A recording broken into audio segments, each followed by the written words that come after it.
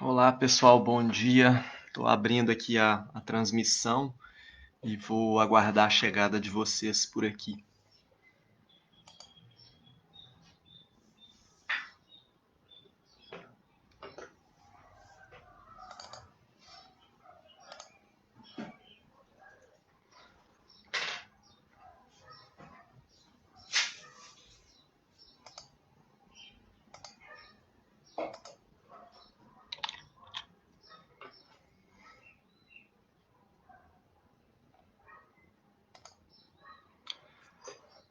Oi pessoal, bom dia. Bom dia Vinícius. Bom dia Carolina.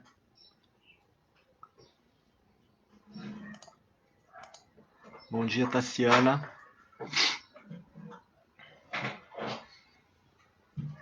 Bom dia Luiz. Bom dia Antônio.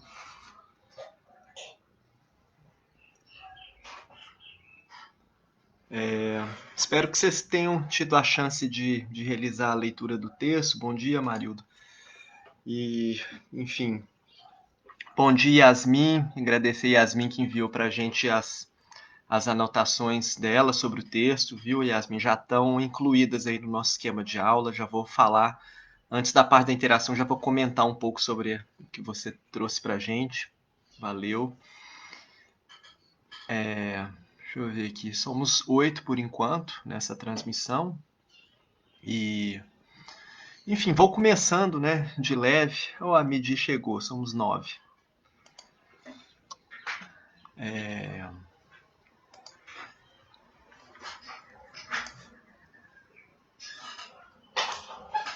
Então, pessoal, a gente vai hoje fazer essa discussão do texto da Marlene Guirado, né? E eu estou fazendo assim também, estou utilizando um pouco o texto dela para uma base, para uma outra discussão também, para outros aspectos. Então todo mundo fique assim bastante à vontade também para colocar suas questões nesse sentido, né? E claro, passei um programa para vocês de disciplina, mas né, a gente pode ter algumas alterações mais leves no programa, no sentido de contemplar alguma questão que surge aqui nas nossas aulas, que a gente entenda que é importante é, fornecer essa atenção, né? Eu faço também um esquema de disciplina, tentando pensar um pouco assim, quais as discussões que vão incidir nos projetos de pesquisa, né? Alguma coisa que possa criar esse horizonte comum para todo mundo que está na nossa linha de pesquisa, mas eu sei que a gente tem aqui também o pessoal da linha 1, então o pessoal da linha 1, de repente, que vem com projetos com outra estruturação, podem ficar à vontade para colocar as questões também e de repente, se não estiver indo por um caminho que não esteja ficando claro para vocês, avisar a gente para que a gente possa ir corrigindo a nossa rota. A Ariane chegou aí também. Bom dia, Ariane. Bom, gente, então vamos lá. Que preparei para vocês aqui, né? A partir do nosso esquema de aula. Se vocês puderem baixar o esquema de aula, a gente vai acompanhando, né? Vou seguindo ali, porque acho que para falar assim é bom você ter uma base, né? Não ficar também só na improvisação para não se perder, né? Claro, também enquanto a gente está conseguindo fazer isso, né? Agora mais para frente as aulas na graduação vão retornar também. E aí nosso tempo fica mais escasso. Não sei se eu vou conseguir acompanhar sempre com o esquema de aula com vocês. Tá? Mas enfim. É, Nesse texto, né, da Marlene Guirado, um dos motivos pelos quais eu escolho trabalhar com esse texto é porque ele coloca para a gente assim, um conjunto, né, de problemas e de perguntas que eu acho que acompanham todo o trabalho, né, todos os trabalhos na nossa linha de pesquisa, que é essas tensões que existem entre o campo da pesquisa, da clínica e das instituições, né? Então, me preocupa, né, pensar junto com vocês essas tensões e procurar entender como essas tensões vão incidir no trabalho de cada uma das pessoas, né? Então, assim, a gente pensei já um caminho aqui para vocês. Tô com um texto aqui na minha frente, então vou sair um pouco aqui da sala, mas eu vou voltando para ver as perguntas de tempos em tempos. Tá? Bom, o primeiro ponto, né, a ser abordado seria dessa suposta incompatibilidade da clínica e da ciência. Né?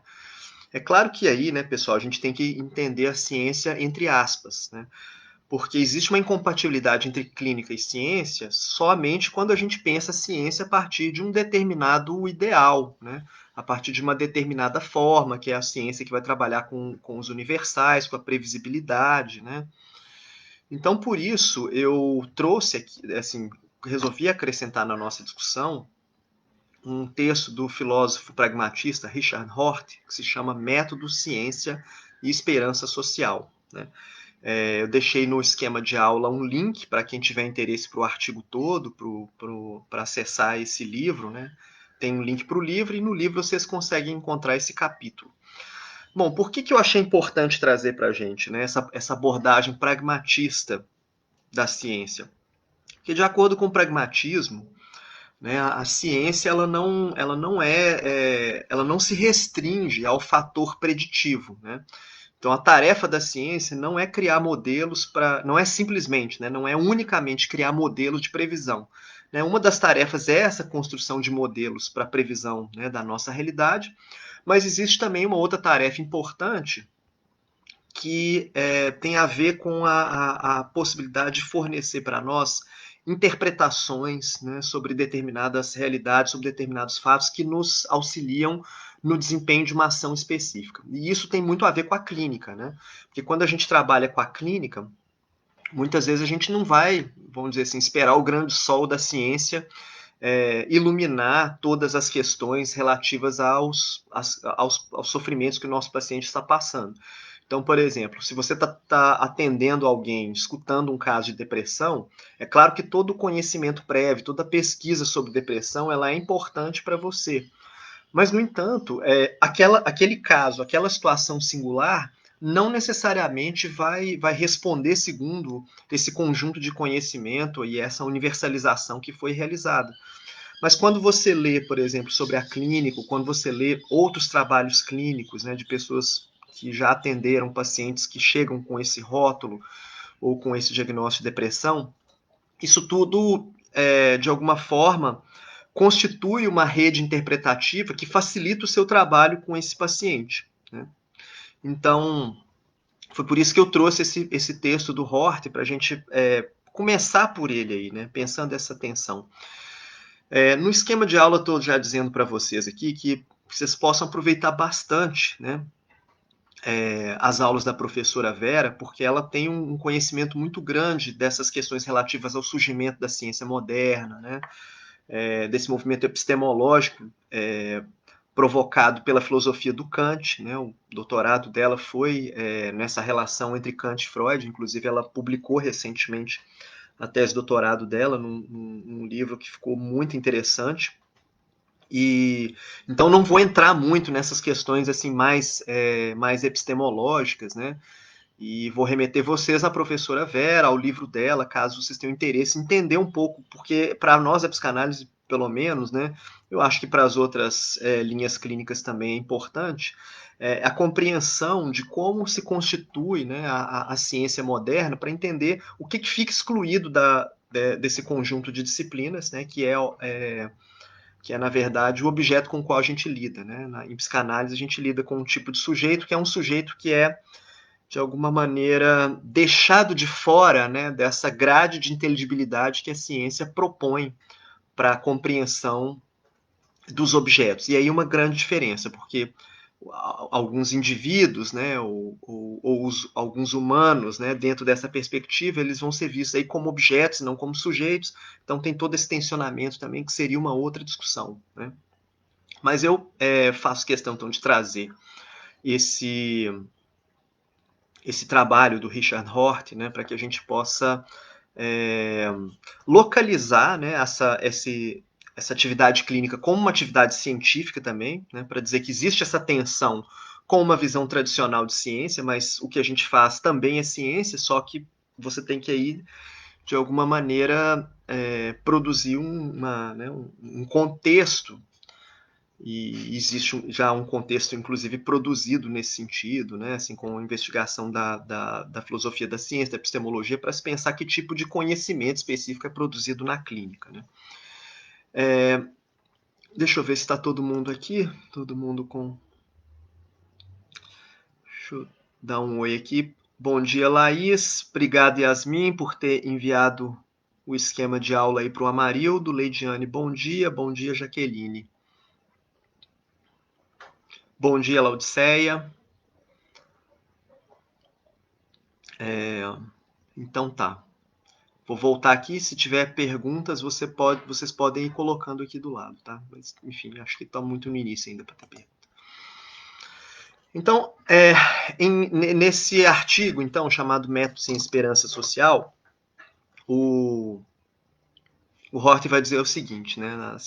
Eu trouxe essa citação para o esquema de aula, que a única regra geral de natureza hermenêutica aconselha que, em qualquer caso, antes de formular nossas próprias hipóteses, primeiro perguntemos aos sujeitos o que ele acha que está acontecendo. Mas o único objetivo desse esforço é economizar tempo e não procurar o verdadeiro significado, entre aspas, do comportamento. Se daquilo que foi explanado puder ser derivado um vocabulário que serve para explicar seu modus operandi, podemos evitar o incômodo de procurá-lo nós mesmos. Ou seja, o que o Hort está defendendo aqui, né, nessa introdução? E isso tem muito a ver com o trabalho na clínica, né, gente? O que a gente faz no trabalho, nesse tipo de pesquisa clínica, né, é tentar, de alguma maneira, pensar os problemas a partir da fala dos sujeitos que a gente escuta, né? Então, a primeira regra geral é essa, quer dizer, antes a gente criar várias teorias, né, ou a gente ter todo esse trabalho de construir uma explicação para o que está acontecendo, e não que a gente não tenha que fazer isso depois, né? Mas o primeiro passo seria tentar abordar essa realidade de um ponto de vista até que a gente poderia chamar de fenomenológico, né? Que é fazer esse retorno, indagar o sujeito, né? Assim, como é que o sujeito vê, o que está acontecendo, né? Então, esse retorno, essa pergunta para o sujeito, né? Ele se torna um ponto de partida, né? Ele se torna um ponto de partida mais ou menos pacífico na pesquisa clínica, né? É muito difícil você fazer pesquisa clínica sem retornar esse sujeito. E o que ele traz aqui de mais interessante é que o próprio vocabulário, né, dos sujeitos, a forma de nomeação, e aí você também tem uma aproximação muito interessante com a psicanálise, sobretudo a psicanálise lacaniana, né, que é a ideia de que importa para nós entender, né, e as linguagens elas não são, vamos dizer assim, nesse contexto, no contexto do pragmatismo também e da psicanálise lacaniana, existe um pressuposto muito importante que diz o seguinte, que não é que haja uma determinada realidade, né, uma coisa que seja lá, vamos dizer assim, a realidade concreta, e depois essa realidade concreta seria traduzida em linguagem. Né? A própria linguagem já é uma instituição dessa realidade, já institui para nós uma ideia de realidade. Então, a realidade que a gente vive depende do vocabulário que a gente tem para acessar essa realidade. E aí isso traz para nós uma série de consequências importantes, né? Então, por exemplo, se você frequenta um ambiente religioso, né, e as pessoas falam de alma, né, e falam de Deus, e falam de coisas invisíveis, né, esse vocabulário ele tem uma efetividade na vida daquelas pessoas, uma efetividade que é concreta, apesar do fato de que muitas vezes alguém que está adentrando aquele ethos não vai conseguir encontrar um referente, né, um referente concreto para aqueles termos. Mas aquele vocabulário, né, ele molda uma visão de mundo, ele explica os fenômenos, né?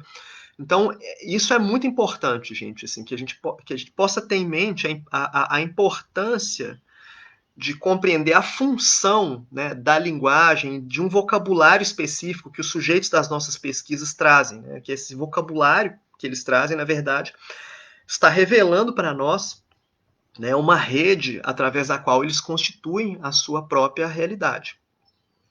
Então, para a pesquisa clínica, essa importância de escutar o sujeito, né, então ela seria dupla. Por um lado, então essa fala vai fornecer acesso aos certos elementos de uma estruturação singular, né?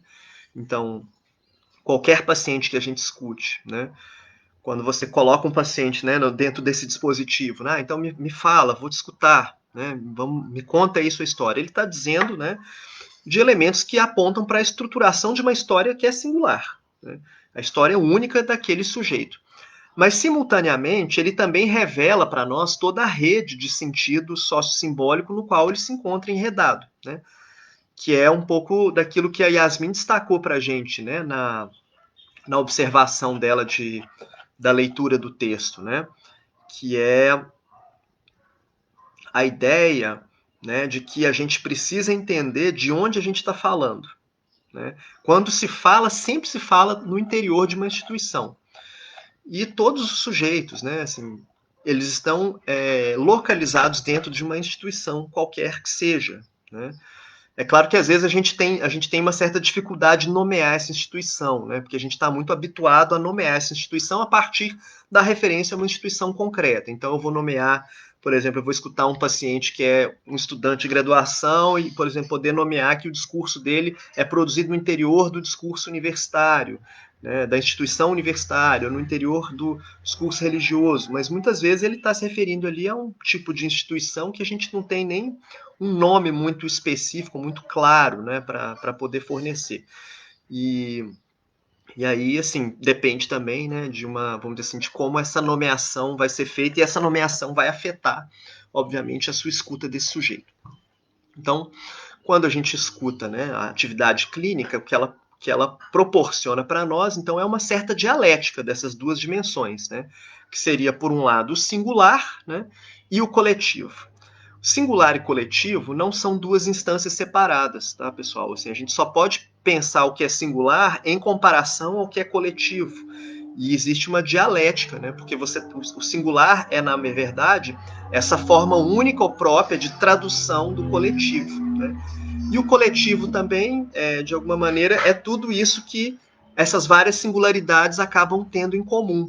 Então essas duas noções elas não podem ser pensadas separadamente, né? A gente tem que entender a dimensão singular e coletiva como momentos, né, distintos de uma mesma dialética.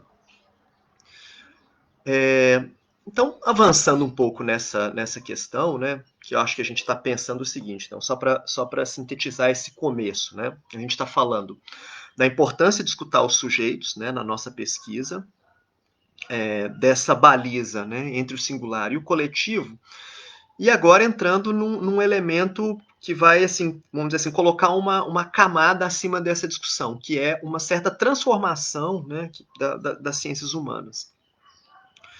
Então, as ciências humanas elas vão avançando, né, durante o século XX. Isso é uma hipótese, né, que é claro, né, isso também é relativo a determinado nicho, né, das ciências humanas, não é as ciências humanas como um todo, né? Claro que você vai encontrar vários lugares das ciências humanas que ainda estão lidando com essa dimensão do fato e que vão proporcionar, vamos dizer assim, uma releitura dessa ideia do fato. O fato não abandona, né, as ciências humanas, a ideia de fato, a noção de fato. Mas é importante notar, né, que existe um conjunto de ciências humanas, que é a antropologia, né, a psicanálise, e a antropologia e a psicanálise, por exemplo, a antropologia que eu me refiro aí não é um nicho específico também da antropologia, que seria a antropologia social, né, que nasce ali após o advento do estruturalismo. Então, tudo que vem na tradição, que vem antes e depois de Lévi-Strauss, né, a psicanálise toda ela, mesmo a psicanálise que não tem vamos dizer assim, que não tem uma influência com a obra do estruturalismo ou com Lacan, toda a fenomenologia, né, que vai lidar com a questão da hermenêutica, da qual, por exemplo, a fenomenologia que vai constituir o ramo na qual vem, por exemplo, as teorias de cunho existencial, humanista, né? Todas essas disciplinas dentro das ciências humanas, elas vão se mover né, da dimensão do fato para a dimensão do sentido. E eu deixo para vocês também um link, né, de uma outra aula que eu tratei esse assunto mais especificamente para quem tiver dúvida e quiser entender esse assunto de uma forma mais detalhada. Tá? Então, nesse sentido, a pesquisa clínica ela é fundamentalmente uma pesquisa sobre essas formas de constituição do sentido. Né? Por isso que acaba sendo importante para nós essa aproximação com outras ciências, como a semiótica, como a linguística. Né? E isso, por exemplo, dentro do campo de uma filosofia fenomenológica também, né? que proporcionou para nós uma série de ferramentas hermenêuticas, né? E, enfim, tem toda uma discussão também no campo da fenomenologia sobre essa questão da produção de sentido, da constituição do sentido. E o Roland Barthes, que é um teórico francês, né, ele é um teórico que tem uma abordagem multidisciplinar dentro dos estudos da linguística, da semiótica e da literatura. Ele se detém sobre essa transformação, né, da dimensão do fato para a dimensão do sentido, e acho interessante porque ele chama a nossa atenção para isso, que a dimensão do fato ela tem como paradigma aquilo que é a sociologia de Durkheim, com um conceito de fato social. E aí eu trouxe para nós aqui uma citação da ideia de fato social. O Durkheim vai dizer o seguinte: as crenças e as práticas da vida religiosa, de sua vida religiosa, o fiel os encontrou inteiramente prontas ao nascer. Se elas existissem antes dele, se elas existiam antes dele, é que existiam fora dele. O sistema de signos de que me sirvo para exprimir meu pensamento, o sistema de moedas que emprego para pagar minhas dívidas, os instrumentos de crédito que utilizo nas minhas relações comerciais, as práticas observadas em minhas profissões, etc., funcionam independentemente do uso que faço delas. Que se tomem um a um todos os membros de que é composta a sociedade, o que precede poderá ser repetido a propósito de cada um deles. Eis aí, portanto, maneiras de agir, de pensar, de sentir que apresentam essa notável propriedade de existirem fora das consciências individuais. Esses tipos de conduta ou de pensamento não apenas são exteriores ao indivíduo, como também são dotados de uma força imperativa e coercitiva, em virtude da qual se impõem. Se impõe a ele quer queira, quer não. Eis, portanto, uma ordem de fatos, que apresentam características muito especiais, constituem maneiras de agir, de pensar e de sentir exteriores ao indivíduo, e que são dotadas de um poder de coerção em virtude da qual esses fatos se impõem a ele. Por conseguinte, eles não poderiam se confundir com os fenômenos orgânicos, já que consistem em representações e em ações, nem com os fenômenos psíquicos, com os quais têm existência na consciência individual e através dela. Bom, pessoal,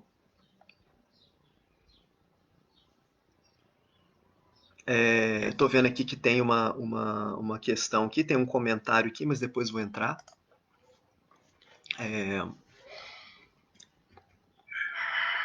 Enfim,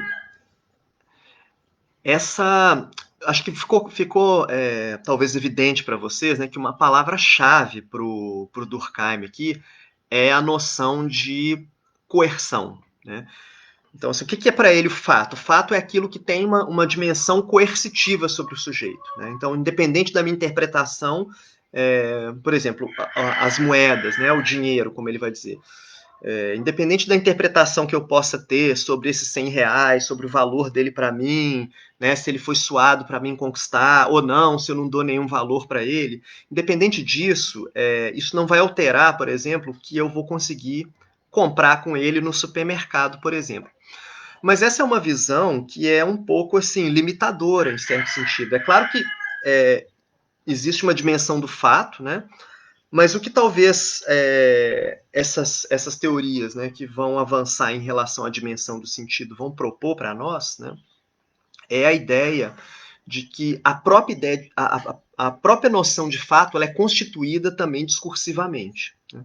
Então, se ela é constituída discursivamente, essas interpretações, né, se vários indivíduos se juntam para ter determinadas interpretações individuais sobre um determinado fato, esse fato pode transformar sua natureza, né?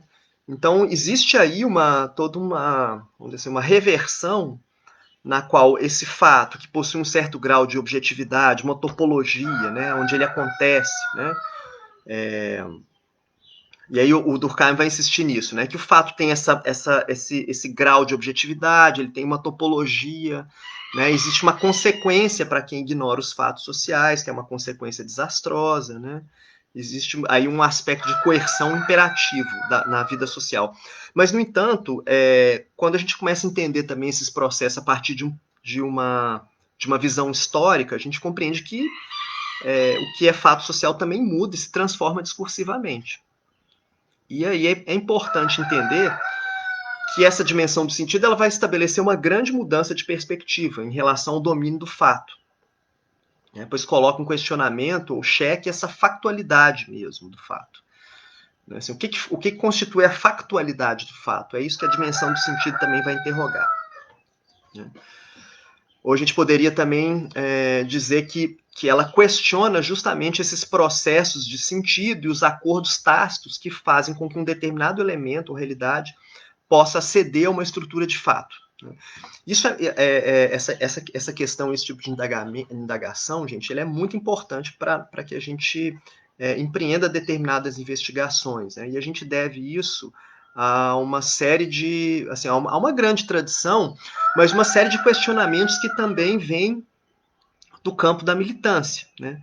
Então, por exemplo, se a gente pensa, né, no campo da Constituição, né, da realidade social do Brasil, né, como a gente vê até hoje, né, uma série de mentalidades essencializantes, né, e racistas em relação ao pobre, a classes menos favorecidas, né, mais vulneráveis. Então, você pode, por exemplo, partir eu estava até acompanhando, não sei se vocês lembram, recentemente, quando explodiu aqueles movimentos, né, do Vidas Negras Importam, né, depois da morte do George Floyd, e que aqui no Brasil é frequente, né, a morte inclusive de crianças negras. Aí você teve essas manifestações, a Ana Paula do vôlei falou, bom, mas não é racismo, né, porque isso é um fato, né, se você pega os crimes cometidos, a maioria dos crimes são cometidos por pessoas negras, então a gente não está sendo racista, a gente está trabalhando com fato, né. E aí, quando a gente questiona essa dimensão do sentido, a gente vai questionar, então, esses acordos tácitos que são feitos, né, para que um determinado elemento possa aceder a esse estatuto de fato. E esse estatuto de fato, então, né, essa factualidade, para chegar, por exemplo, nessa fala da Ana Paula, né, tem toda uma construção histórica para que isso se produza dessa forma, que quando a gente investiga a dimensão do sentido, a gente está disposto a investigar, a gente está disposto a colocar a nossa atenção nisso. Isso tem um impacto imenso, né? E se forma a partir de toda uma tradição filosófica que mais ou menos a gente poderia situar a partir de Nietzsche, né? Então, assim, toda a filosofia do Foucault, né? E a filosofia de diversos pensadores influentes, né? Para nós hoje, né? Nas ciências, século XX e XXI, né? Que vem então um pouco dessa prerrogativa nietzschiana de questionamento da noção de fato, de verdade, né? E, enfim, o Nietzsche vai dizer que não há fatos, somente interpretações, né? E já tecendo uma certa crítica aí ao próprio positivismo da sociologia tributário, por exemplo, dessa sociologia de Durkheim, né?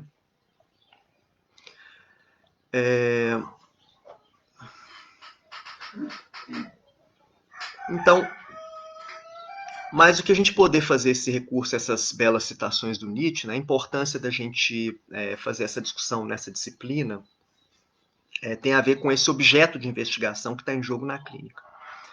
Então, a clínica, de maneira geral, ela vai lidar com diversas sutilezas, né, da realidade psíquica, a produção de sentido, né? A clínica vai indagar justamente isso, né? Assim, como que o sujeito produz sentido, né? Quais são, vamos dizer assim, as determinações do sentido que ele produz e como que esse sentido que ele produz, né, determina a forma dele de viver, né?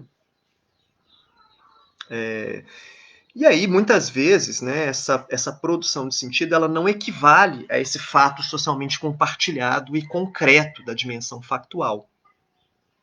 Né?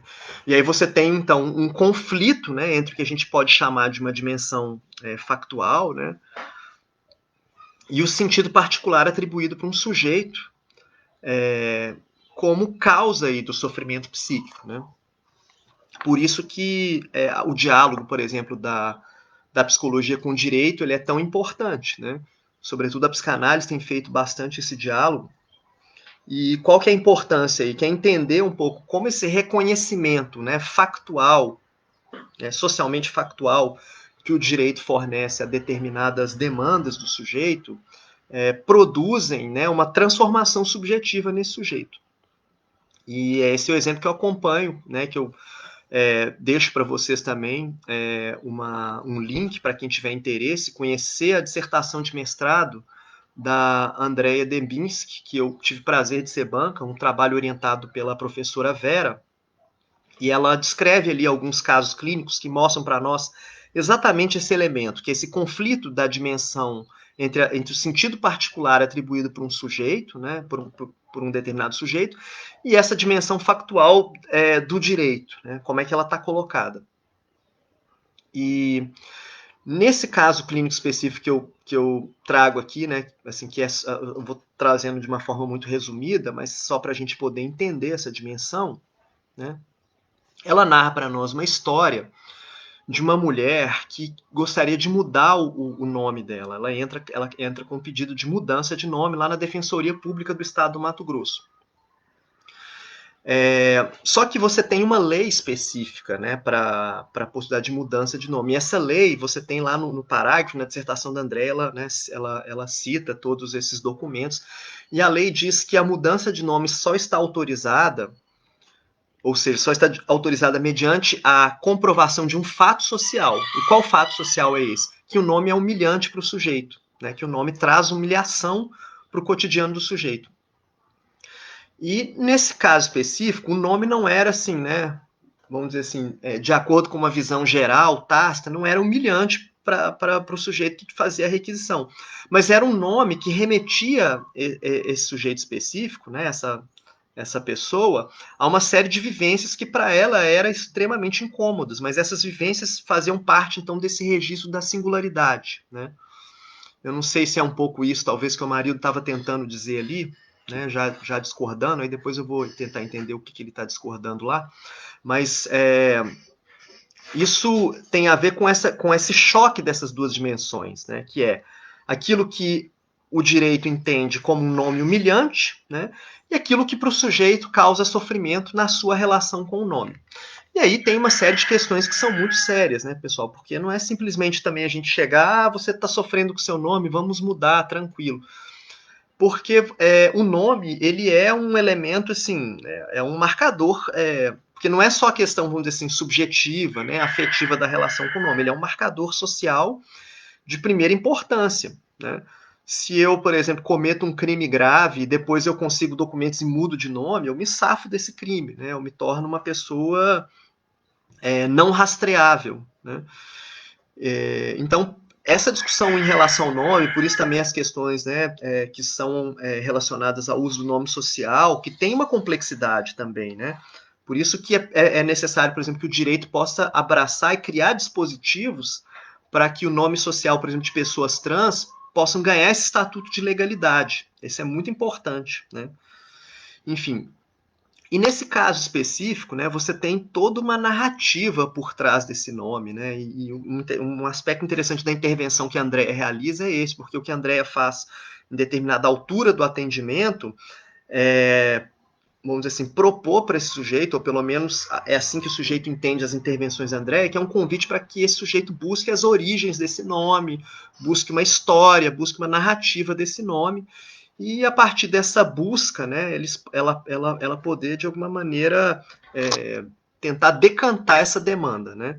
No sentido assim, bom, é isso mesmo, né? Eu quero mudar de nome, ou não, de repente eu posso me adaptar com esse nome aqui de uma outra forma, ressignificá-lo, enfim, né? É claro que os atendimentos à defensoria, eles têm um prazo específico para acontecer, Então, a gente não fica sabendo do desenlace do caso, mas de alguma forma eu acho que foi muito interessante, muito feliz a escolha desse caso clínico para se pensar especificamente essa questão, né?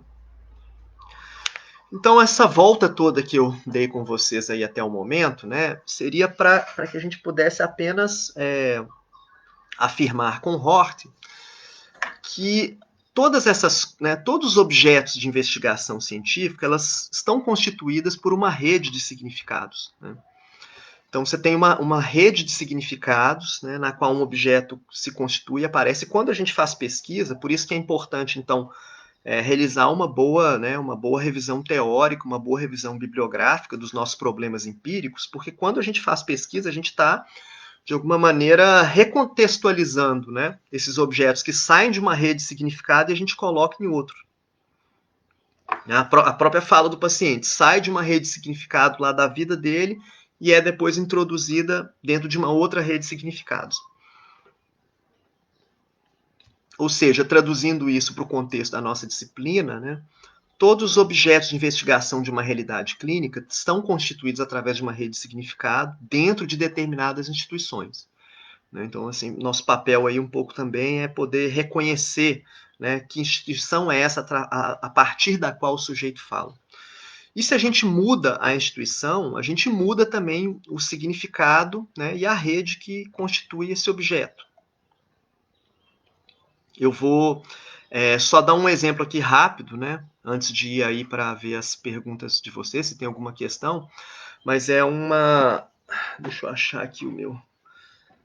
Eu já botei no link aí para vocês.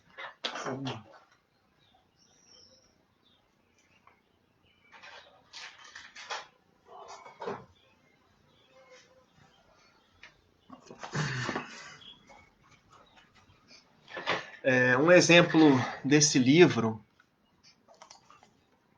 A Querela dos Diagnósticos, né, que eu acho bastante interessante. Ele narra, então, uma história que é uma trazida pelo Eduardo Zarifiano, um artigo chamado Diagnóstico em Psiquiatria para quê? Eu posso deixar para vocês também o link desse livro, mas qual que é a discussão que ele traz? Ele fala para nós que a própria questão do diagnóstico ela também tem a ver com o contexto institucional, né? E vai mostrar para a gente que em determinadas instituições você tem um tipo de diagnóstico que é mais presente, né? Em outras instituições, esse diagnóstico muda, né? O mesmo sujeito vai para uma outra instituição e ele recebe lá um outro diagnóstico. E ele conta uma história, né? Ele trabalhava no hospital psiquiátrico em Paris, né? E aí, no início dos anos 80, teve todo um rebuliço em torno da possibilidade de curar pacientes, né, pacientes com diagnóstico de esquizofrenia a partir de uma espécie de hemodiálise, né? E aí, supostamente, essa hemodiálise retiraria do sangue dessas pessoas uma certa toxina que causaria os sintomas da esquizofrenia. E aí, eles mandam, então, um clínico, né, francês para essas instituições norte-americanas que estão trabalhando com esse método. Chega lá, esse clínico diz o seguinte, fala, olha, todos esses pacientes que as pessoas estão alegando que são curados, né, que são pacientes esquizofrênicos estão sendo curados, ao meu ver, são pacientes que eu diagnosticaria como pacientes histéricos e que, na verdade, estão tendo uma cura a partir dessa relação de efeito placebo. Então, essa pequena anedota ela é interessante para ilustrar como que o contexto institucional, né, vai transformar essa percepção, inclusive no nível diagnóstico mesmo, né? Vou fazer uma pequena pausa aqui, só para localizar vocês no esquema de aula. Eu estou aqui na terceira página do esquema de aula e vou olhar para as perguntas de vocês agora, tá? Vamos lá. Então,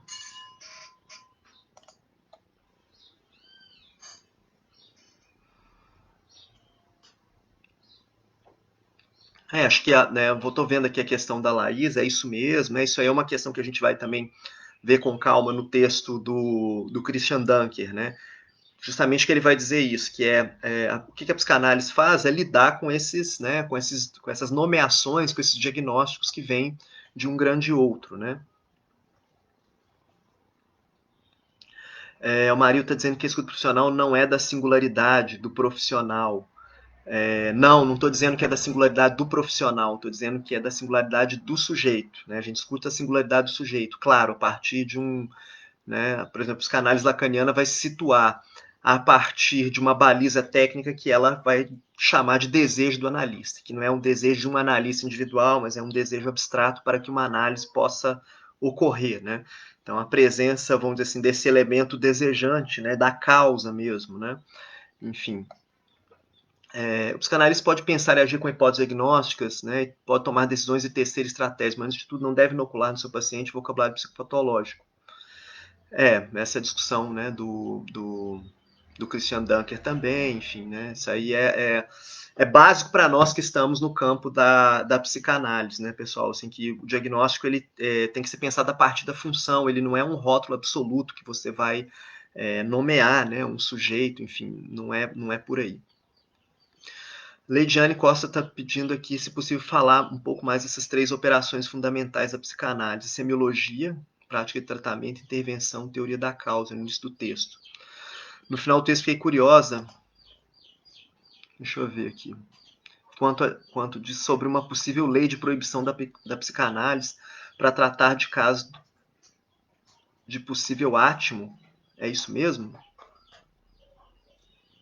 A leitura foi meio densa, acho que é um daqueles textos para ler uma segunda vez. Sim, esse texto realmente é uma ideia de. Né, assim, a ideia que a gente revisita. Eu estou utilizando esse texto em várias versões, né, dessa disciplina que eu dou, e a gente sempre retorna a ele também com uma pergunta nova.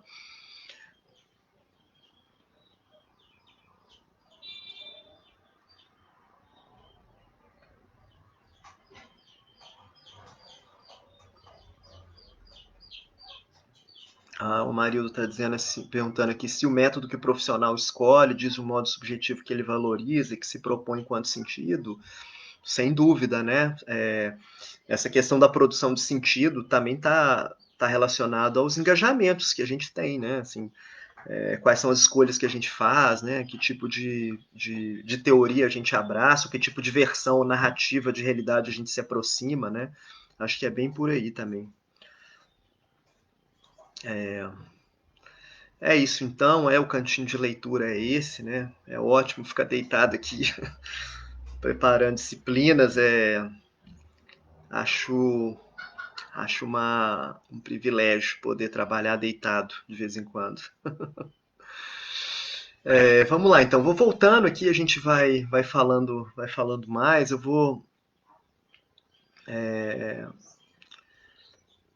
vou fazer o seguinte, eu vou falando aqui um pouco do que a Leidiane tá colocando mais, assim, né? Acho porque assim, eu vou privilegiar, assim, vou guardar a pergunta para a gente falar um pouco dela mais lá na frente, porque eu vou privilegiar aqui seguir essa questão do texto da Aguirardo, né, pensando aí o elemento da instituição, só para a gente não perder isso de vista, tá? Mas a gente vai voltando nessas perguntas.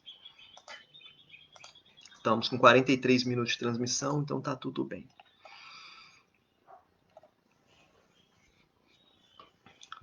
Bom,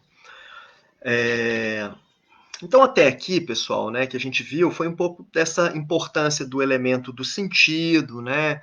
A gente articulou essa questão do elemento do sentido com a questão da pesquisa, vamos dizer assim, da rede, né, simbólica que constitui uma determinada pesquisa, que constitui qualquer fala de qualquer sujeito. Acho que é atenção a esses elementos simbólicos mesmos, né? E agora nós vamos falar desse conceito, que é esse conceito de instituição, né, que eu acho que né, para todo mundo que lê o texto pode ter ficado um pouco nessa dúvida, mas enfim, se tiver alguma dúvida, para que a gente possa entender isso aqui, né? Bom, o que a gente está chamando de instituição aqui, né?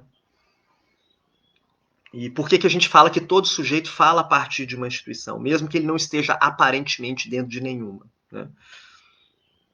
E por isso que até um consultório particular, ele está dentro de uma instituição, né? Porque você está lá numa relação, vamos dizer assim, com o seu paciente, dentro de um espaço que é privado, mas tanto você quanto o seu paciente remetem, né, a uma estrutura institucional, né? Eu não sei se foi a Yasmin que estava dizendo, mas assim, a ideia de grande outro na psicanálise lacaniana, ela se aproxima muito dessa ideia de instituição que a Marlene Guirado e que outros teóricos da psicologia institucional trabalham. Né? O que é, na verdade, a instituição? É um conjunto, né? Assim, um conjunto de determinadas leis simbólicas, de vocabulário, de narrativas e de significantes que a gente, às vezes, nomeia a partir dessa relação concreta. Né? Assim, a instituição escola, a instituição hospital, a instituição igreja. Mas o que nos interessa nessas instituições não é, vamos dizer assim, as paredes, né, vamos dizer assim, o caráter concreto da instituição, mas são as lógicas de comunicação, são as lógicas simbólicas, né, que estão presentes nessas instituições. Né. Então, por exemplo, quando a gente fala da instituição escola, a gente não necessariamente a gente pode estar falando de uma escola específica, né, de uma instituição, tipo a escola estadual, né, aqui da guia, aqui, por exemplo, aqui na Fernando Correia, né, ou a gente pode estar falando desse conjunto de relações, né, de uma certa lógica de comunicação que faz parte da ideia de escola. Né. Então, o hospital, a mesma coisa, a igreja, né. Então, o modelo para se pensar o que é uma instituição, nesses autores, né, nisso que a gente vai chamar de uma tradição da análise institucional, da psicologia institucional, que, enfim, que é mais ou menos o assunto, né, que eu trato na minha disciplina de graduação psicologia institucional, são formas nas quais você vai ver o modelo para se pensar a instituição como a própria linguagem. Né? Se você pensar, inclusive, as línguas, elas são instituições, né? Então, por exemplo, línguas como o português, o inglês ou o japonês, elas são instituições, né? O japonês, por exemplo, ele tem uma série de elementos, né? Que são elementos de cortesia, que são parcialmente traduzíveis e sem os quais ele não faz sentido, né?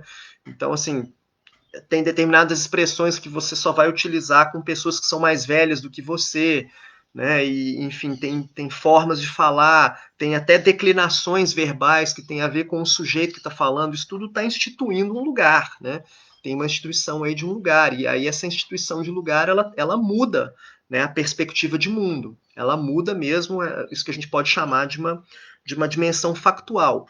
Isso está na linguagem, tá? Assim, acho que eu gostaria de transmitir para vocês hoje aqui nessa aula a importância da gente pensar a linguagem aí. Quer ver um exemplo bobo, né, mas que nos leva a pensar essas diferenças institucionais como diferenças cognitivas que se manifestam no plano da linguagem. E que refletem, claro, né, assim, os sistemas culturais que a gente está inserido. Então, por exemplo, quando a gente vai ao supermercado, né, quando a gente aqui no Brasil, quando a gente vai ao supermercado, a gente diz que a gente vai fazer compras. Né? Então, a gente vai fazer compras, a ênfase é na compra, no elemento que a gente está trazendo de volta para a nossa casa. Né? No italiano, por exemplo, a forma de nomear muda. Você vai ao supermercado, você vai dizer que você vai fare la expensa. Ou seja, a ênfase é no gasto. Né? Você vai fazer a despesa. A ênfase está sendo colocada não no que você traz do supermercado, mas no que você deixa lá, que é o seu dinheiro. Né? Então, vamos dizer assim, é aparentemente o mesmo fato, vamos dizer assim, né? A mesma ação concreta de ir ao supermercado e adquirir produtos e deixar dinheiro, mas a ênfase que a linguagem coloca nessa ação, ela é oposta, né? São ênfases distintas, né? Uma ênfase no que você adquire e outra ênfase no que você deixa. Então, a linguagem ela é uma instituição nesse sentido, porque ela está instituindo aí, né, essas formas de olhar para a realidade. Né? E isso, claro, nos atravessa de uma forma inconsciente. A linguagem que você adquire do outro, né, que você já adquire de um outro, e que você, de alguma maneira, incorpora como algo dado. Né? E, às vezes, existe até essa dificuldade de questionar a sua própria linguagem, que é talvez um dos elementos que uma psicanálise faça, né? Que é levar o sujeito a questionar o próprio uso que ele faz da sua linguagem, né, dos seus significantes mestre, daquilo que organiza o seu campo de linguagem. Né? É mostrar um pouco para o próprio sujeito, né, e o que a gente vê quando a gente faz a análise é como que a gente está preso também, assim, nos nossos significantes mestres, na linguagem que a gente utiliza de forma corrente, na linguagem que a gente herdou desse grande outro, né? Então, agora vou ler para vocês essa definição que a Guirardo fornece para a gente de instituição. Ela diz, das definições, né? Primeira, instituição. Será que entendida como um conjunto de práticas que se repetem, que, enquanto se repetem, legitimam-se, sendo a legitimação uma espécie de naturalização daquilo que é instituído. Em algum momento da história, e para dar conta de certas necessidades e urgências sociais, os homens foram se organizando de determinadas formas. E essa forma de organização ou de relação vai se perpetuando. São as instituições. Tendemos a dizer, em meio à reprodução das relações, e exatamente porque desconhecemos sua origem, que as relações são assim por natureza. Não as consideramos como instituídas, e sim como se tivessem sido criadas por Deus. Tal legitimação acontece por um efeito de reconhecimento das práticas como as únicas possíveis em desconhecimento de outras modalidades de relação, sendo a representação esse efeito de reconhecimento e desconhecimento. Nós nos representamos as relações que fazemos e assim fica garantida a naturalização das práticas institucionais. E o que é que eu me represento? Represento-me um eu, um outro, um vínculo creditado como possível. Com isso, acabo naturalizando aquilo que é instituído, absolutizando aquilo que é relativo. A relação instituída passa a ser representada como natural, como tendo que ser assim. De quebra, nossa realidade passa a ser assim psíquica. Assim, quando se fala sempre do interior de uma instituição discursiva, fala-se sempre do interior de uma instituição discursiva. Uma instituição que antecede-nos logicamente, rouba-nos a autoria de nosso texto, insere-nos numa ordem de lugares de enunciação, instaura as possibilidades de sentido e de significação.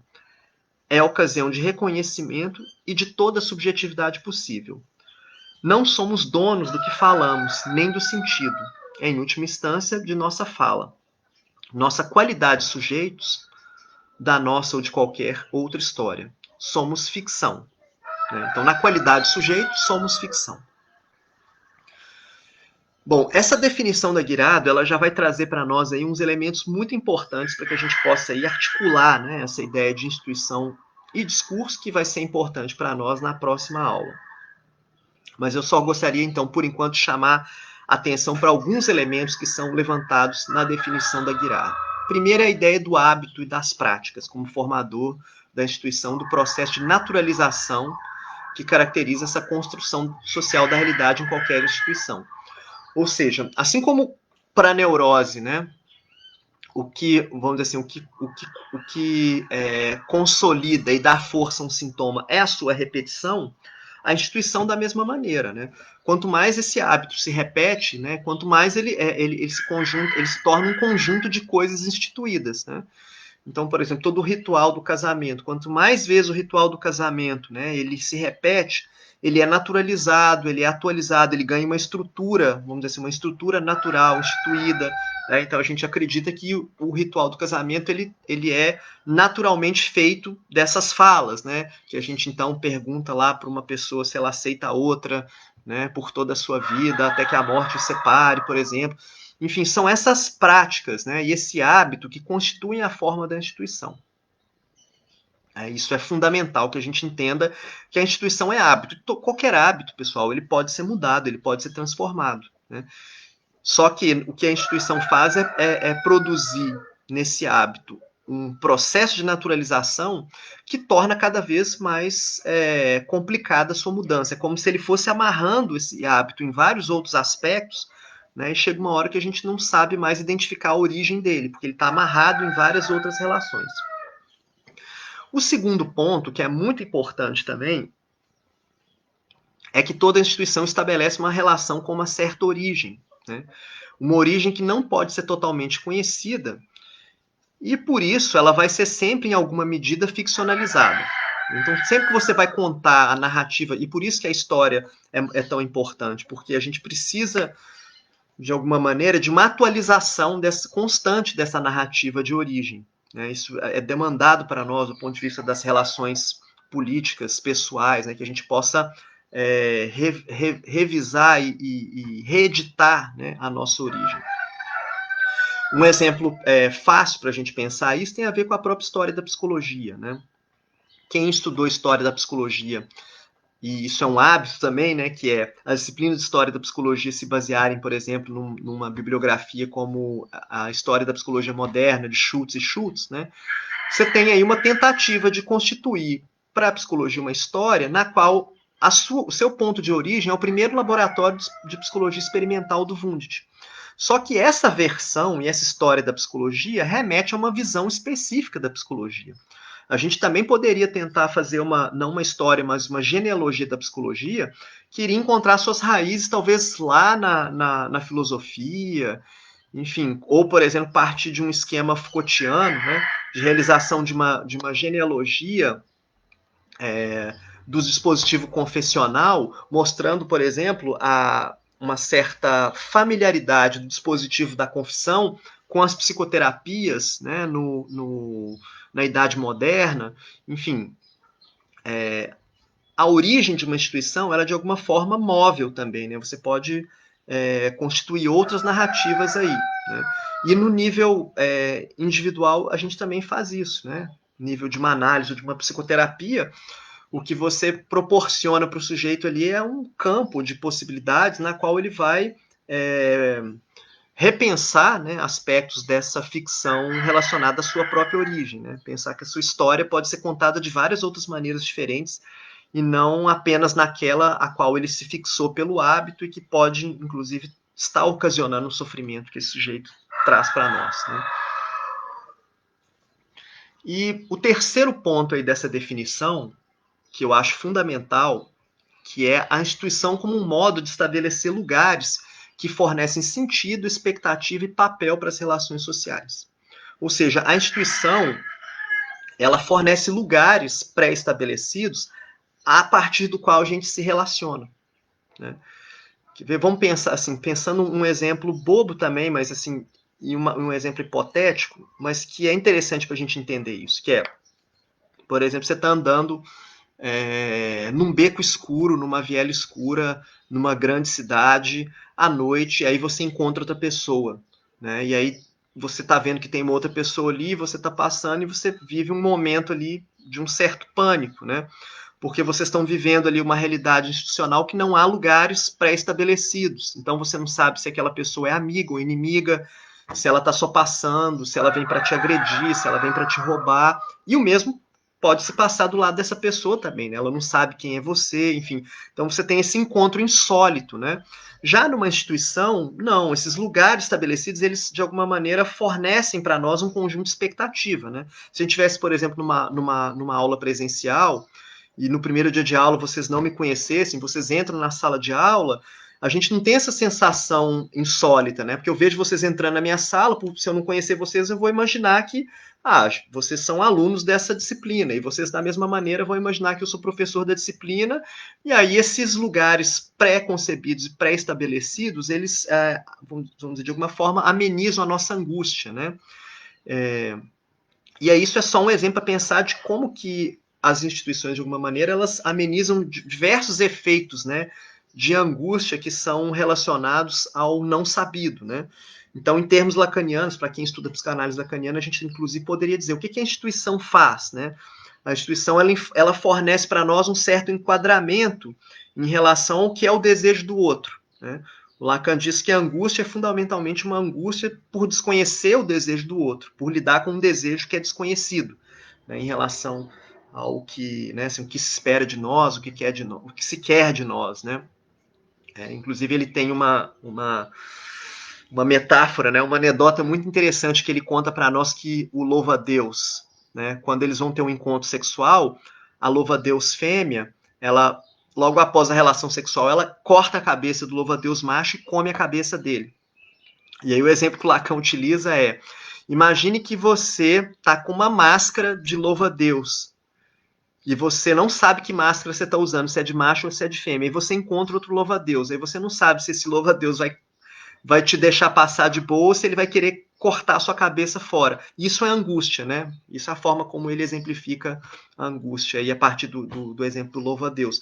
E que a instituição faz é isso, ela fornece uns lugares reconhecíveis, né? A gente pode se enganar em relação a eles, né? Claro que isso não impede que a gente se engane em relação a eles, mas ela fornece já vamos dizer assim, um conjunto de clichês, né, através do qual os sujeitos podem se relacionar com um pouco menos de angústia, né, localizando, né, esses lugares aí.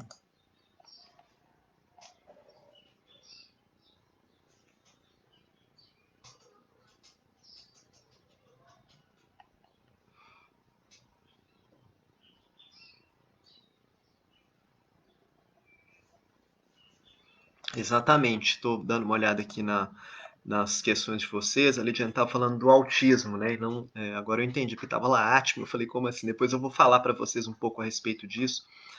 É uma discussão muito interessante. Sim, né, essa questão de como a instituição baliza, né, um pouco a angústia aí do próprio laço social, né? Ela fornece esse enquadramento simbólico, né, para permitir a repetição, né, e demarca esses lugares, né?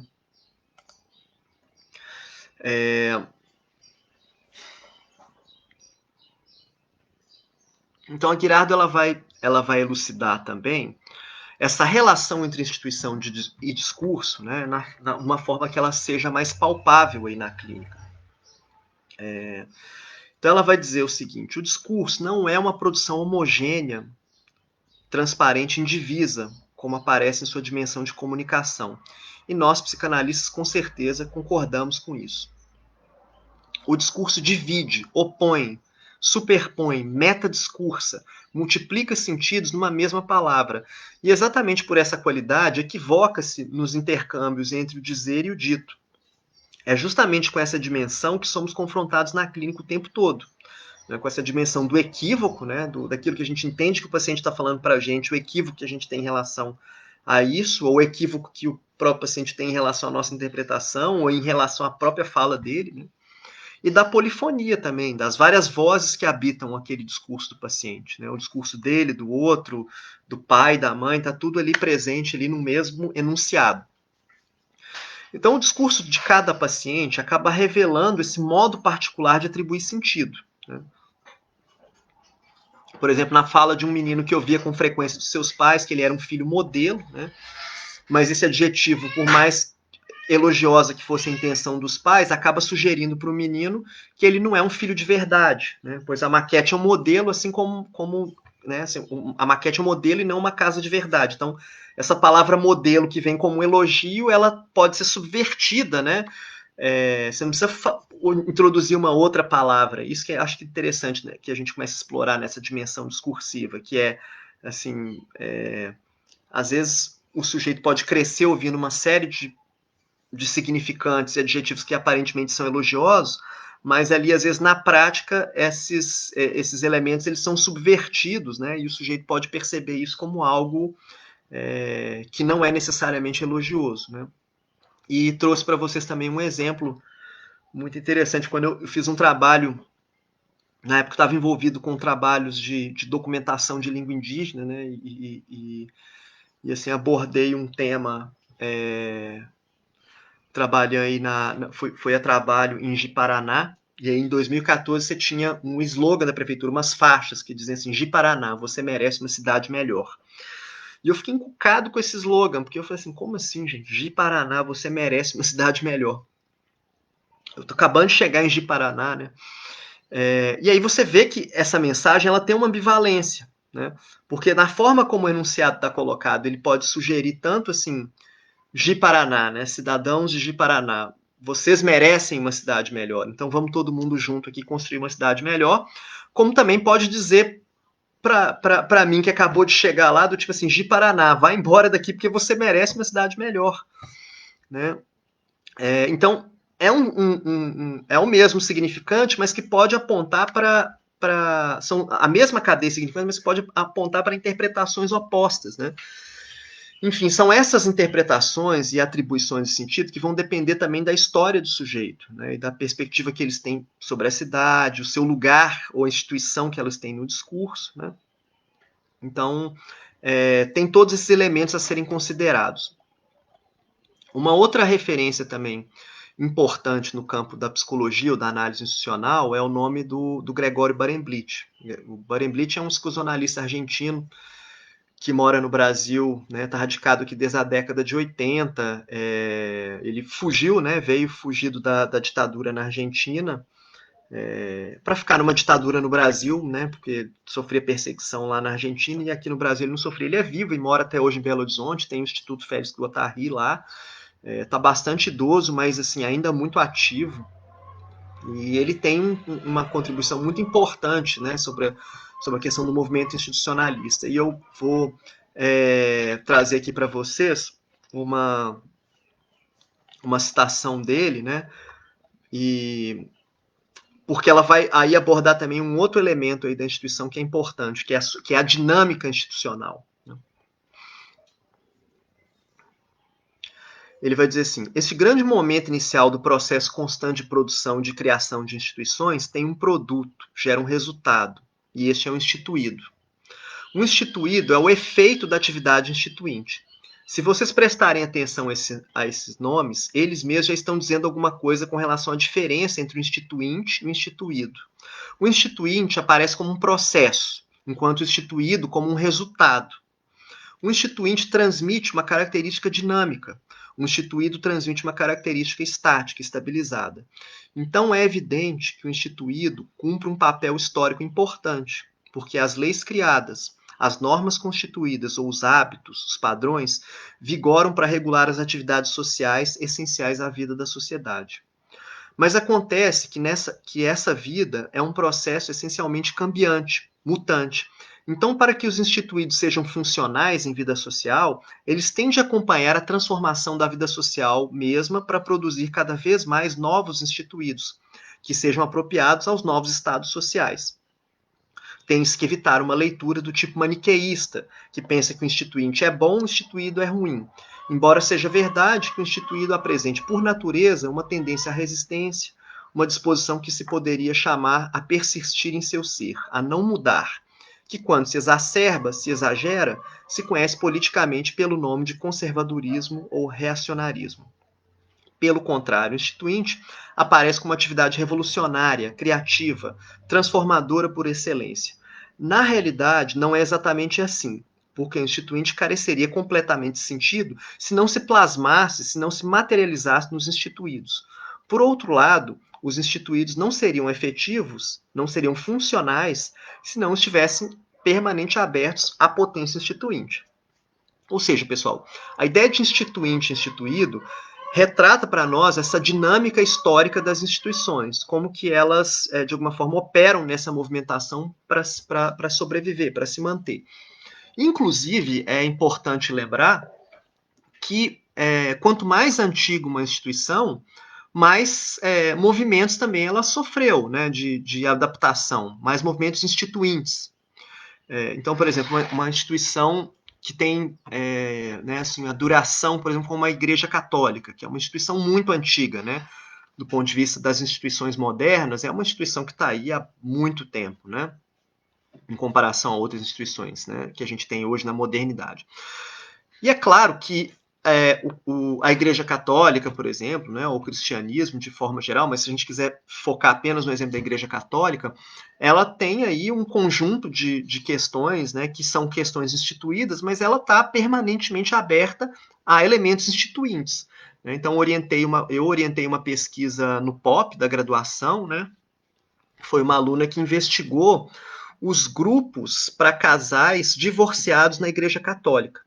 Olha que interessante isso. Você tem, então, dentro do conjunto da igreja, a ideia de que o casamento é algo para sempre, que você só casa uma vez, mas diante de uma série de mudanças nos tempos que a gente está vivendo, a questão do divórcio, de segundos ou terceiros casamentos fica cada vez mais comum, e aí a igreja constituiu um dispositivo para acolher essas pessoas novamente, e criar um grupo, então, de pessoas que eram casais que vinham de outros casamentos e que se encontraram, né? São casais que se divorciaram de outros casamentos e aí você tinha um grupo de casal dentro da Igreja Católica, um grupo de casal específico para casais que vieram, né, de casamentos dissolvidos. Ou seja, isso é um próprio movimento instituinte dentro da igreja, mas que também tem por finalidade a conservação do seu corpo, do elemento instituído. Então, é importante que a gente possa entender essa dinâmica, né, que vai animar esse jogo histórico e pulsional das instituições.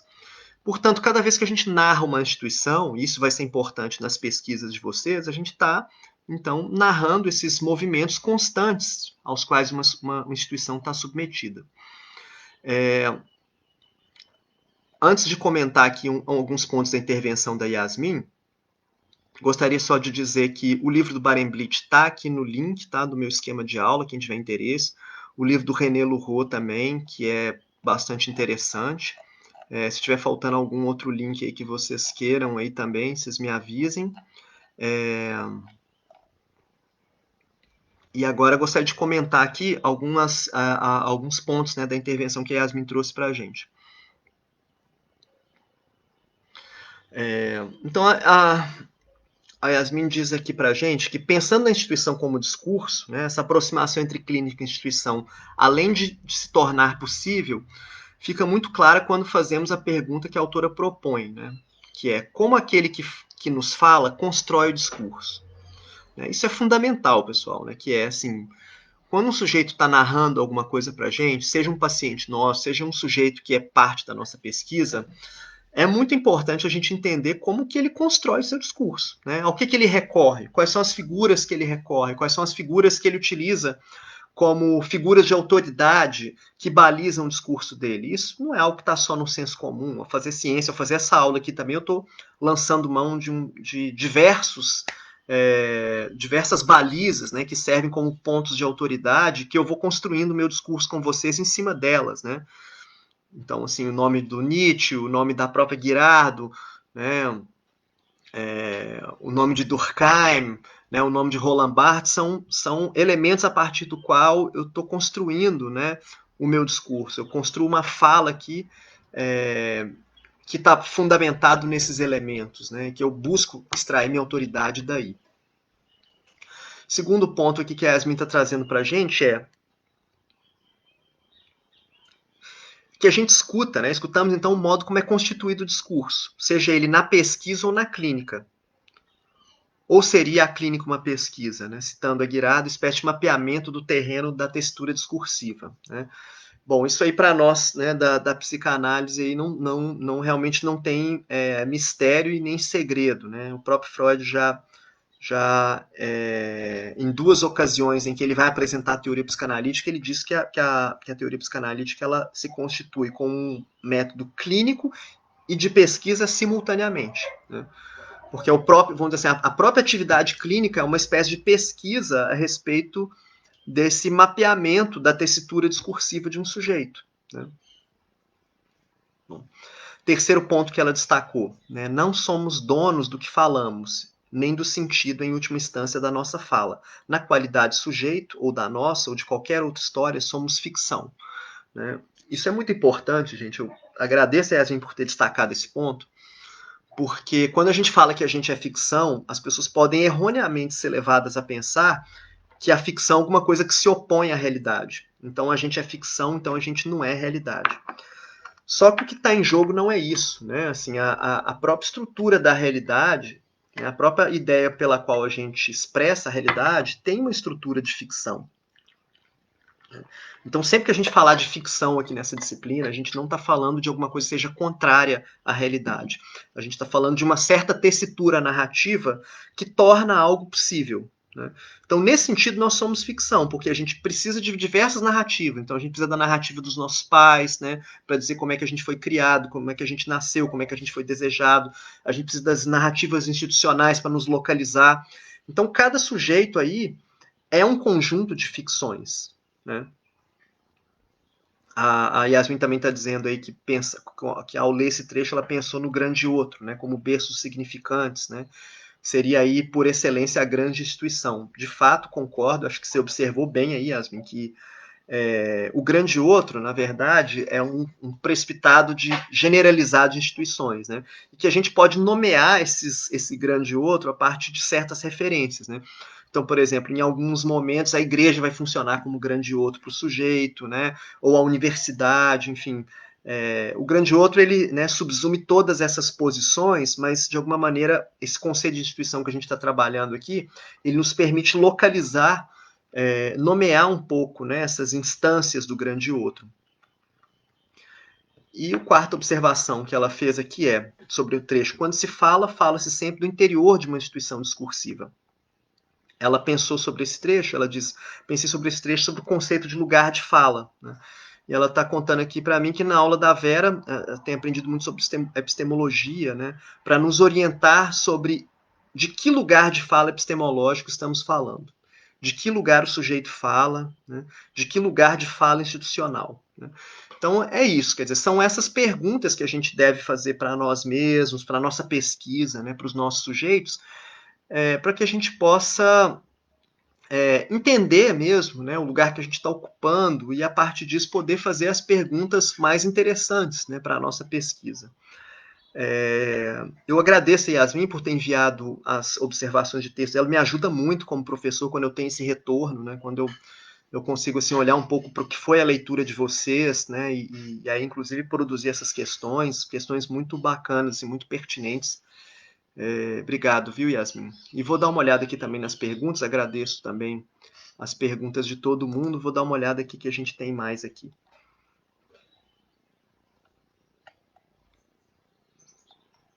Bom, deixa eu dar uma olhada. Eu tenho que lembrar de curtir aqui, porque senão eu não lembro qual foi as últimas que eu li. Tá, nós vamos voltar lá na parte do...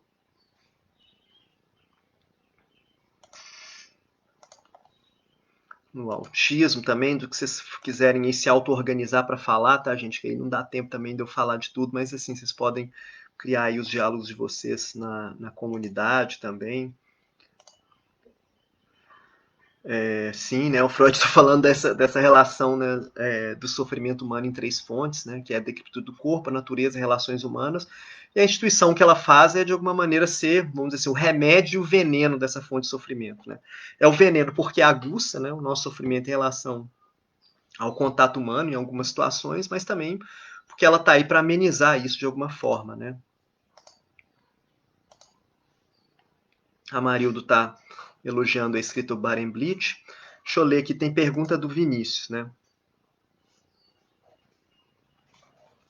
O Vinícius está perguntando quem poderia ter criado esses conceitos de instituído e instituinte, porque tem no Barenblit, no Lá Passado, Castoriadis, no Lurro. Tá, vamos lá, essa questão do ler no original. Tá? Olha, todos esses autores que você citou, eles utilizam, né, essa noção de instituinte instituído. Mas o primeiro mesmo, né, onde você vai... Porque assim, por que eu citei o Lurro? Porque o Lurro, ele oferece um desenvolvimento, né, assim, muito interessante para essas noções. Mas quem fala primeiro mesmo, vamos dizer assim, o primeiro pioneiro, quem forjou o conceito, né, e que deixou, inclusive, para que outros pudessem levar adiante com mais, vamos dizer, com mais detalhes, né, foi o Castoriadis, foi o Cornelius Castoriadis, na época que ele ainda escrevia com um pseudônimo, né, o Castoriadis, por isso que às vezes a gente tem dificuldade de encontrar, né, nesse levantamento histórico, porque lá na instituição imaginária da sociedade, tem o Castoriadis está falando de instituinte instituído o tempo todo, né? Mas esse desenvolvimento específico, né, que o Barenblit pega, é um desenvolvimento vindo do René Lurro. E o Castoriadis, ele escreve durante uma parte da vida dele com um pseudônimo de Paul Cardan. Eu não sei se pelo fato dele ser grego, aí ele queria adotar um pseudônimo francês para de repente ser, né, para que o trabalho dele fosse mais bem aceito. E aí isso leva um tempo quando a gente vai localizar, né, essa questão da obra. Eu mesmo também levei um tempo até entender isso, porque eu via essas citações do texto Paul Cardan e ficava pensando, gente, quem é esse Paul Cardan que fala exatamente as coisas que o Castoriadis fala, né? E depois eu descobri que era um pseudônimo dele mesmo.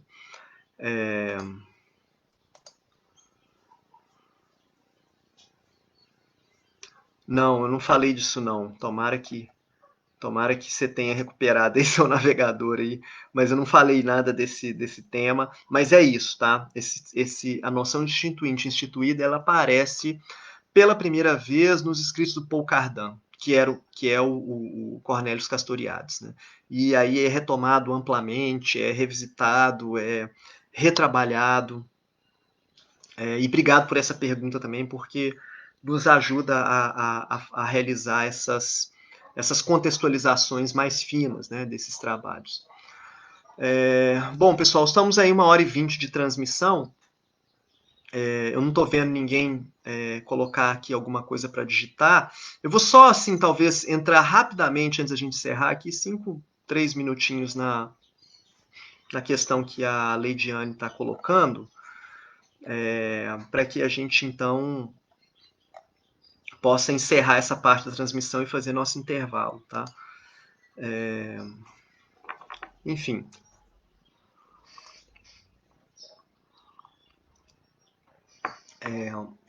Tem esse movimento, né, que aconteceu nos Estados Unidos na final da década de 80, início da década de 90.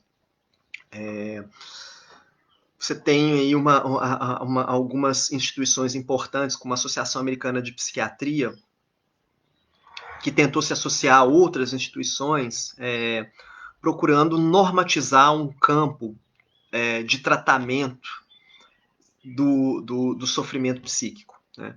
E aí eles queriam, sabe, assim, constituir um campo no qual, por exemplo, determinados sintomas pudessem ser tratados por certas teorias e outras não, né? Então eles queriam dizer quais teorias eram eficientes para tratar tais coisas e outras não, né? E aí eles entraram então com esses trabalhos de pesquisa, né? Foram feitas uma série de pesquisas, e aí tem o Isaac, que é um dos pesquisadores o Hans Isaac, que é um dos pesquisadores que se destacou nessa época, que faz um monte de pesquisa comparando psicoterapia. São pesquisas interessantes, mas elas têm uma série de problemas metodológicos, né, que depois a gente pode vir a falar deles. E aí chegaram nessa ideia, então, de que deveriam proibir, por exemplo, o tratamento, né, da psicanálise por pacientes esquizofrênicos e por autistas. E essa medida teve como reação interessante, né, na França, um grupo que é liderado pela Marie-Christine Lasnik, né, que se constitui então como um grupo de estudos que tem uma atuação também política, né, no sentido, vamos dizer assim, dessa militância, né, sobre a questão da saúde mental e dos espaços, né, para a saúde mental, constituiu então esse grupo, que é um grupo que se dedicou a pesquisas sobre o tratamento psicanalítico do autismo, né, que é assim, um grupo muito interessante, o trabalho da Marie-Christine Lasnik, é assim, fantástico, né, eu acho que a gente todos deveriam ir lá para conhecer um pouquinho, né, pelo menos para entender um pouco da questão, assim. E de fato, então, houve esse movimento, né? E esse movimento de proibição da psicanálise, não só com relação à tentativa, né, de proibição da psicanálise, não só com relação ao tratamento do autismo, mas outras, né, patologias, ou tentar trabalhar com essa ideia de que, então tem determinado diagnóstico que a psicanálise não deveria chegar perto, né? Ou que outros. Aí tem isso também aplicado a outras psicoterapias, tá, gente? Não foi só com relação à psicanálise. Né? Isso também foi aplicado em relação a outras linhas existenciais fenomenológicas e daí por diante. E aí, de fato, você tem um problema que é bem interessante, assim. Por exemplo, tem um estudo do Hans Isaac, né, que ele diz que a psicanálise, ele fala, a psicanálise em comparação com a terapia cognitivo-comportamental é menos eficiente. E aí ele apresenta o seguinte resultado, né? Ele fala de pessoas que estavam realizando um tratamento, né, para emagrecer, e que foram encaminhados para a terapia cognitivo-comportamental e para a psicanálise. E ele fala que, efetivamente, as pessoas que fizeram cognitivo-comportamental conseguiram controlar seus comportamentos e ter esse resultado esperado, que é emagrecer. E na psicanálise, a porcentagem de pessoas que alcançou isso foi menor. E aí ficou, né, alardeando isso como se fosse assim, um resultado, uma prova inequívoca de que a psicanálise era menos eficiente. E aí, num determinado debate que o Isaac participou, teve uma fala muito interessante de uma psicanalista que atendeu uma dessas pessoas, algumas dessas pessoas que foram encaminhadas para esse tratamento, né? Porque isso deu num contexto de um ambulatório médico, que eram pessoas que estavam ali demandando a cirurgia bariátrica, e aí foram encaminhadas para esse serviço. E aí, o que o serviço fez? Bom, para você poder fazer a cirurgia bariátrica, você tem que primeiro fazer um acompanhamento psicológico, e aí depois eles iam filtrando outra amostra que você não está elegível para uma cirurgia bariátrica, mas você pode tentar, por exemplo, realizar essa psicoterapia para ver essas questões relacionadas ao seu emagrecimento, né? Vamos dizer assim, o que você apresenta não é algo que seria considerado, vamos dizer assim, patológico e tudo mais. Então, essa psicanalista ela se faz presente numa discussão, num debate com Isaac, para dizer o seguinte, que ela não achava que a psicanálise era menos eficiente, mas ela entendeu que em alguns tratamentos que ela realizou, ela observou algo muito interessante, que era o seguinte, que muitas pessoas chegavam para ela com essa demanda, eu quero emagrecer, eu quero saber como é que eu vou emagrecer, e ao longo dos atendimentos, elas começaram a se dar conta de que muito do desejo dela de emagrecer tinha a ver com uma série de pressões e demanda do outro que ela começou a elaborar, e que ela começou, de alguma forma, a entender que talvez para ela estava ok ficar daquele jeito. Né? Que uma vez que ela tinha compreendido essa relação com a demanda do outro, né? Pensando, quer dizer, o outro é que quer que eu emagreça, eu, na verdade, estou bem assim. Né? E aí ela foi mostrando um pouco isso, quer dizer, que não dava para você utilizar esses fatores absolutos para avaliar o sucesso ou fracasso de psicoterapia, porque a forma como a psicanálise trabalha, ela questiona também a demanda do sujeito, né, mostrando também o que daquela demanda tem ali como, né, vamos dizer assim, pressão, né, de demandas sociais, enfim, que às vezes é a própria demanda que está causando sofrimento. Né, que às vezes, isso que eu achei interessante na fala dessa psicanálise, que eu falei assim, o que está causando sofrimento? O fato dessa pessoa estar gorda ou o fato de que as pessoas ao redor dela acham que ela está gorda, né? E aí ela foi entendendo isso, quer dizer, que em diversos casos, né, essa demanda também foi passando para o outro lado, que é, bom, é isso, né? Esse é o corpo que eu tenho, esse é o peso que eu tenho, é, não é mórbido, não está fazendo mal para a minha saúde. Claro, existe uma demanda social para que, né, eu possa, sei lá, ter um corpo, entre aspas, socialmente considerado, né, mais atraente, mais, sei lá, mas que essas pessoas, então, foram entendendo a partir da análise desse movimento, e eu achei muito interessante isso, assim, né, porque, assim, isso recolocaria para nós o debate, que é o que é uma psicoterapia bem-sucedida. Né? O que seria considerado um resultado positivo? A gente não tem parâmetros.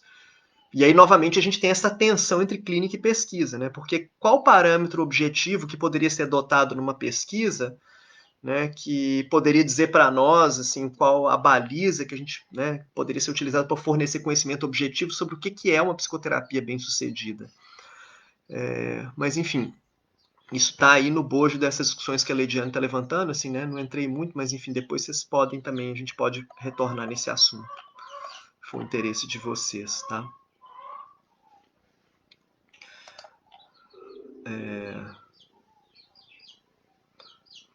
Beleza, pessoal. Sim, né? O Mário está colocando aqui que essa coisa da problematizar, né, as soluções. Então, vou fazer um breve intervalo, vou interromper essa transmissão agora e daqui 10 minutinhos a gente retorna para aquela mesma sala onde a gente estava na semana passada, tá? Eu vou marcar, vou fazer um comentário lá, porque aí a sala pula lá para cima, lá na comunidade. Tudo ok, então? Podemos fazer nosso intervalo?